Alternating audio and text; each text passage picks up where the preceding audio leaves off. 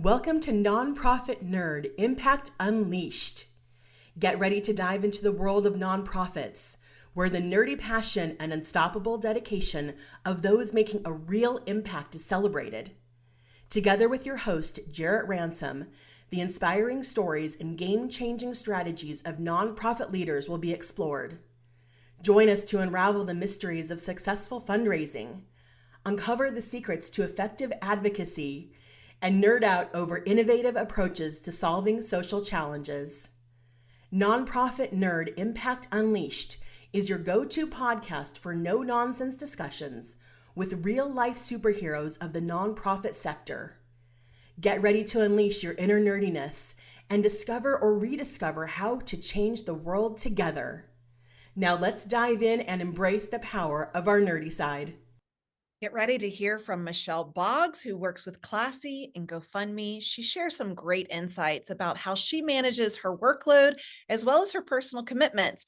We shared a commonality, and you'll hear that during the conversation, but we also shared some differences. And so you'll hear those as well. She's a reader. I am not. I am more of an audio listener, have a really hard time reading, but nonetheless, Michelle Boggs shares some great insights. Take a listen to what she has to share with all of us here. I think you'll really enjoy it. And also a huge shout out of gratitude to this season's sponsor, Fundraising Academy at National University. So much appreciation for your support and investment in these real talk conversations. Go ahead and have a listen now to hear what Michelle has to say. Well, hey there, Michelle. How are you today? Hey, Jarrett. I'm great. How are you? You know, back to that honesty question and conversation. I'm struggling today. I'm a little tired. So I'm like, where's my energy? Where's my zest? Where's my pizzazz? But perfect conversation for today as we dive into what I like to refer to as a little bit of real talk, but authentic conversation. And I am so thrilled to have you, Michelle. I remember, I don't know if it was LinkedIn or a newsletter or something that I shared, and I was very open about, like, hey, I struggle sometimes with wellness and just overall taking care of myself. And you were so kind.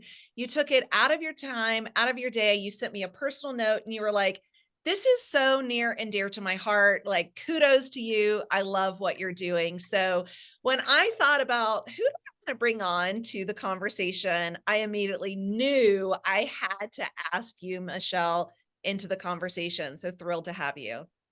Oh my gosh, thank you so much. Yeah, I remember your post so vividly because it was so raw and authentic and it was just you because I think you do come across so polished and articulate and put together and all the work that you do and all the content, amazing content that you put out. So it was a nice sort of reminder of, not everything is always as it seems, and everybody has their own struggles. And the more that we can lift each other up and be there for each other. So I'm so glad to hear that it meant something to you. And it was really just me to say, I see you and I hear you, and I have rough days too. And thanks for just being honest. So I'm excited to talk to you, Yeah. and hopefully this conversation will get you a little jazzed up and energized.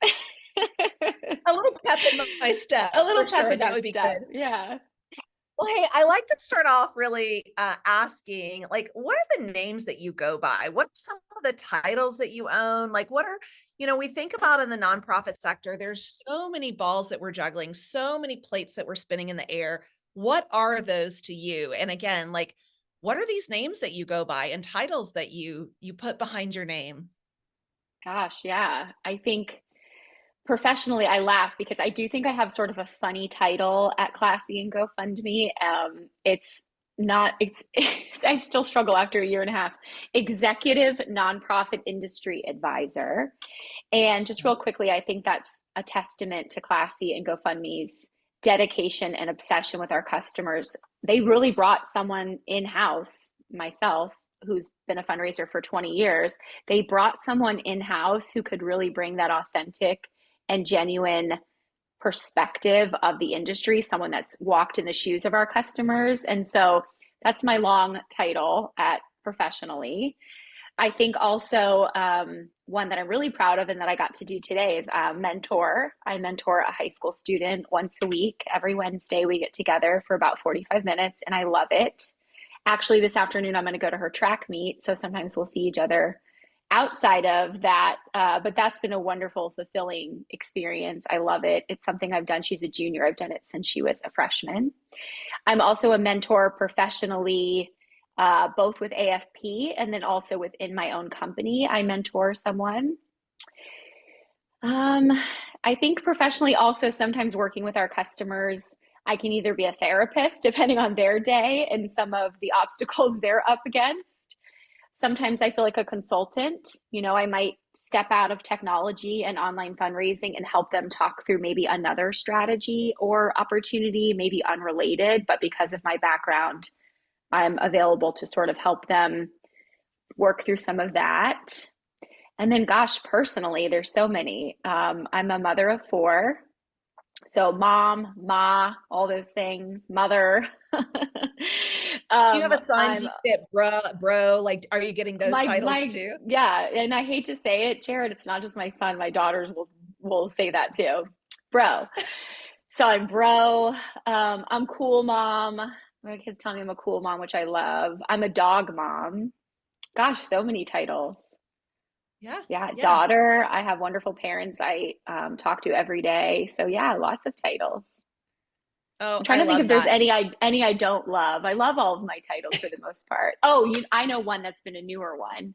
Your listeners will relate if they have like middle school to teenage children. Is I'm an Uber driver. All I Oh, do is drive yes. kids around, and I joke like, "Oh, my shift's starting. I'm unavailable for the rest of the day. I'm basically just picking up and dropping off." So yeah, Uber driver is a title I have that I don't really care for. Oh my gosh. I can empathize with that one. And sometimes I'll drop my son off who's doing track as well as one of your mentees. And I'll say, please tip me 5 stars. That would really help my rating, So yes. just kind of having fun with that.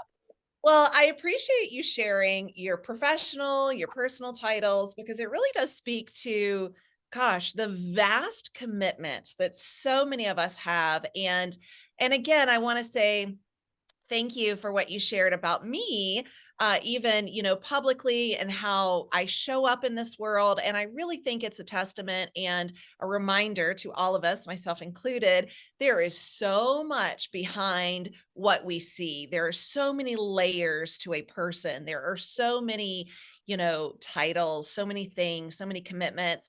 The other, as we move forward, I'd love to know, what are all of the plates, right, that you have spinning in the air, all of the balls that you're juggling, from that professional and the personal world? Yeah. I can only imagine that Uber driver has you going a lot of different places.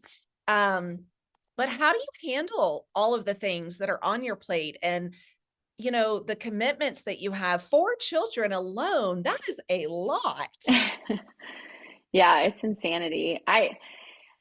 I think I take it day by day for sure. So like I can't think outside of more than like a day in a lot of instances. It's like, what do I have Yeah. today? And I think what's been really interesting about my role at Classy and GoFundMe is that is also very different depending on the season or the week or the day. So I might be involved in a deal that we're working with a potential prospect, that we're trying to work with. So I might be involved in a call or an on-site meeting with a prospect customer.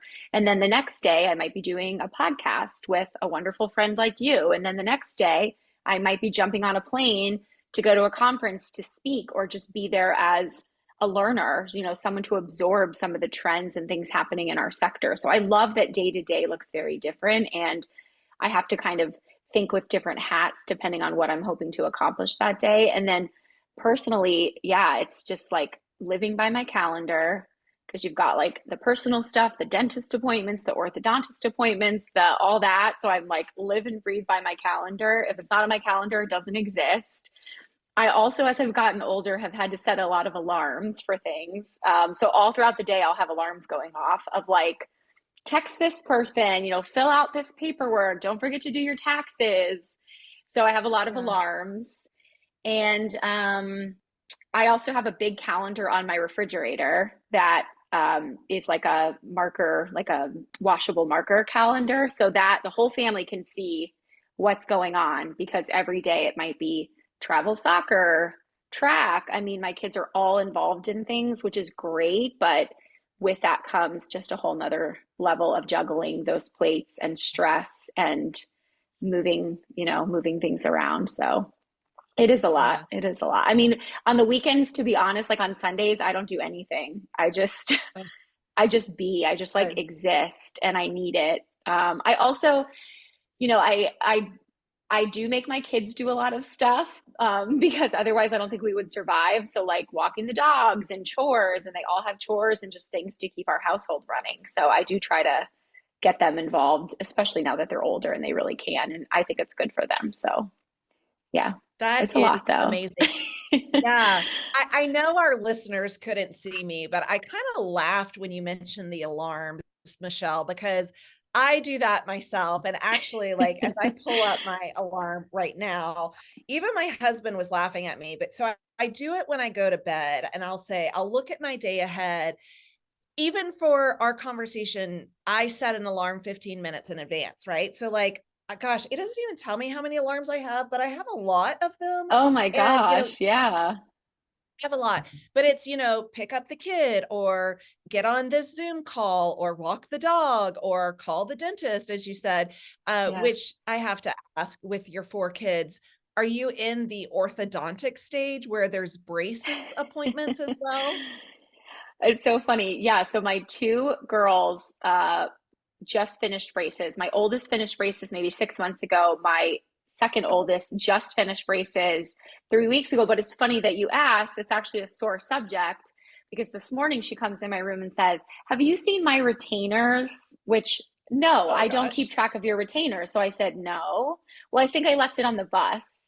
So I sent her to school Oh, today and I said, "You need to find those retainers because I think it's like $400 to replace the retainers that she just got 3 weeks ago." So those two are done.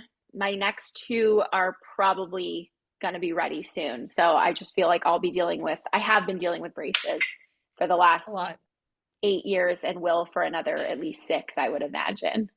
Yeah. Yeah, the retainers, I was fortunate I didn't have any braces or retainers, not to say that I didn't need them, but when I was No, you growing have up, it beautiful wasn't. teeth. Thank you. But it wasn't as popular. But I remember taking our cafeteria trays, up to the counter where they then get cleaned and washed and all of that. And there was a big poster that said, "Don't forget your Yeah. retainer." How many times they have destroyed them, I'm sure, in the, I love that. the like Yep. dishwashing, The like industrial the huge. dishwasher. Yeah. Thank you. That's what I was trying to think of. I'm like, it's nothing Yes. like your Maytag at home. Yeah. Okay, well, I'd love to know with all of this that you're juggling, all of the alarms, all of the taxi drivers, like what do you personally do, Michelle, for that self-care, that relaxation? Like, what are the things that you go to say, okay, I need a break, And I love that you already shared your Sundays, you exist. And I love that because existing is enough. Like that in and of Mhm. itself is enough. But what else do you do? Or what are the things that you go to and you're like, I have hit my threshold and I need to take a break? Yeah. And, to really stick to the authentic, raw um, conversation that we've committed to have today, like I can't give the manufactured, like, oh, I exercise and those things are all great. And I do try to do those. Yeah. And I always feel better when I do them. I don't love the idea of doing it, but once I do it, I feel better. But I wouldn't put that like at the top of my list. Like I do better if I can just shut my brain off. So, Yeah. one of my guilty pleasures is just watching like really trashy TV, like a really good reality show. Like I just watched Love is Blind. It's terrible, but you just don't think Oh, about anything when you're watching it. Like sometimes I just need that. I don't want to watch something that's stressful or makes me think too much. So sometimes I'll just watch garbage TV. um, I actually do love to take walks. Again, I'm not like into the strenuous exercise, but if it's nice out, I live in Florida, so sometimes it gets way too hot. But those few months where it's still nice out and enjoyable, I'll walk on the beach or I'll just walk around my neighborhood. Um, what else? Oh, another like guilty pleasure, just like scroll shopping and like buying stuff that I don't need on yes. Amazon or wherever. Yeah, things I probably shouldn't be doing, but those things just sometimes I feel like, all right, ready to tackle the next thing. I took a little time to watch that show, or I don't really go on social media, I have to say, but I can see that as a slippery slope. Like I get why people just, that moment of pause, they're scrolling Instagram or Facebook or TikTok or whatever it is. I totally get how that sucks you in, but I guess my version of that is bad TV. Oh, that's And I just love as good. reading, but I read all the time. I don't think of reading as like a self-care. I read every night. It just helps me fall asleep. I love reading, but that's just something that's just a part of my day. No, I love that. I have seen Yeah. Love is Blind. Maybe not as many episodes or seasons as you have, but I do love it. I'd love to dive deeper on the reading because I'm curious. When you say I do this every night, like you have obviously this, immense awareness that this is something that helps you. It Yeah. supports your time of the day when it's like, okay, it's time to rest and relax and really settle into hopefully a deep REM sleep. When did this start for you? Because there's two things I really want to do, not at the same time, but is running and reading. And I can't get into Mm, either. Like I'm a big yeah. Audible person. I love to hear, Okay. I love podcasts.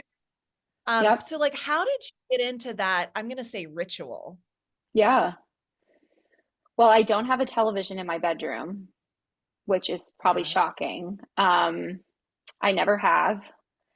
And because I just think I would watch it I wouldn't go to sleep. So I think that obviously helps. I don't have, that to turn on, although the phone could be tempting. I think I've just always loved reading. I mean, I don't read anything like super complex.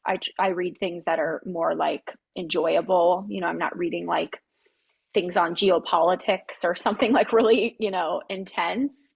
It's That's probably just, wise. I think not having the television, knowing that the book is like very enjoyable. I read a lot of, I wouldn't say like murder mysteries, but sort of things that are like, I don't know what you would call the genre, where they're like surprising. Like you think the story's going to go one way and then it totally flips on its head and sort of goes, yeah. So I read things that are very hard to put down. So I think that helps. Like I've started books before and stopped them. I'm like, I refuse to see this through. If I don't like it within 30 to 45 pages, I don't read it. I just chalk it up as Yeah. that was a bad choice, but I do try to do research and figure out like, okay, what's the next book I want to read? So I probably read a book every 2 weeks, I'd say. And again, I Gosh. only read if I'm enjoying it, like I look forward to it. So Okay, so yeah, what is your current book that you're reading, or your last book? Like what is the yeah. one that stands out to you right now?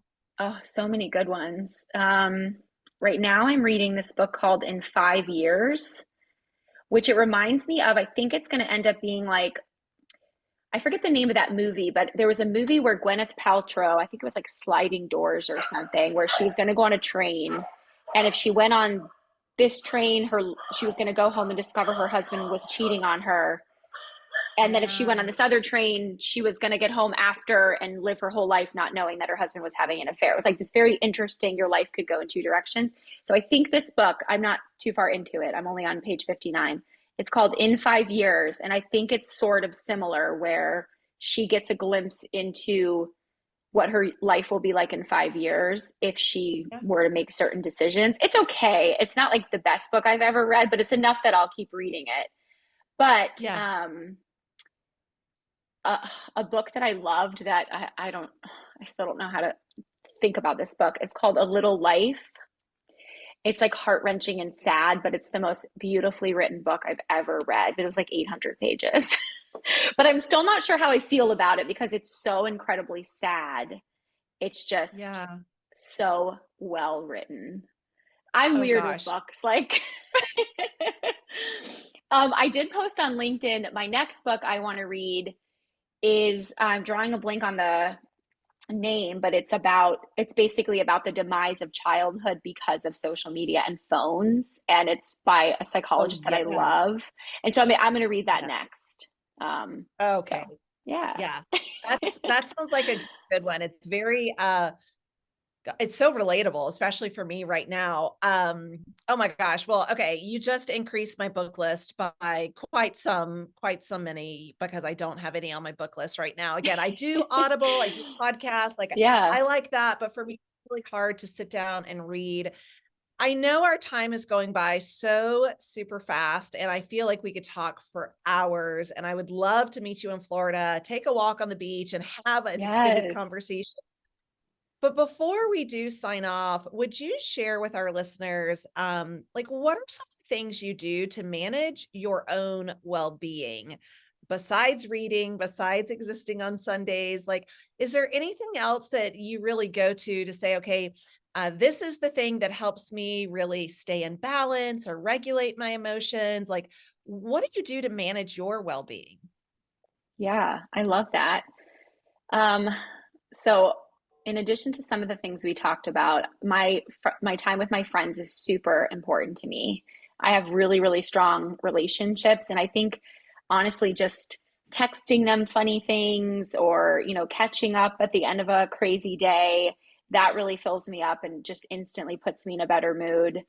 Doing fun things with my kids. I mean, as long as nobody's fighting. But I really notice like when we set aside family time and like nobody's on electronics and we play a board game or we painted pottery not that long ago. Like those things really keep me centered and remind me like what's important in life. Like jobs can get stressful and all those things. And it just reminds me of like at the end of the day, none of that really matters. Like all that matters are these people that I have. Um, and then, I try to never go longer than like a quarter without a little trip, a little weekend getaway, even if it's like one night. I mean, I've gotten like, I'm not even that stingy anymore. Like just something that I can look forward to. I noticed mentally that's incredibly helpful for me of like, because I don't find holidays to be they're stressful. Like I'm hosting Easter this Sunday, like that I'll enjoy it and I'll have a great time, but it's exhausting, right? Like leading up to it, all the cooking, the cleaning up after the holiday, that will not be by any means relaxing or regenerative for me. So I try to plan like, okay, in April I'm going to go do this, and then it gives me something to look forward to. And so I would say those things. Probably nothing groundbreaking, Well, but your Sunday is going to be very different from your previous Sunday, right? Especially with you hosting yes. Easter. That's a big difference. Yes. And I will notice it next week, which is really like, that's why that Sunday of sacred just being is so important for me personally to get fired back up for the next week. So I know all next week is going to be ugh, for me because I didn't get that time. Yeah. Yeah. Yeah, it's back to back to back. Okay, Yeah. final question. Where is your next trip? Because I heard you say like even quarterly, you're not stingy, but you want something to look forward to. So Yeah. what is that next thing you're looking forward to? Yeah. So actually, I'm taking my entire family to Alaska in July. So we're doing like Oh I'm my, not really sure what it's called. It's called like a land tour. So you go for 5 days more into Denali Park. And then after those 5 days, we get on a cruise ship, but it's all part of the same package. Like the cruise ship puts on the whole thing. So it's 5 days land, and then you get on the ship. And I think it's like 7 days on the ship, and we go to all these places and we have all these excursions planned, and I've just heard everybody that's been has loved it and said what an incredible place it was. So yeah, July I'll be in Alaska. I can't wait.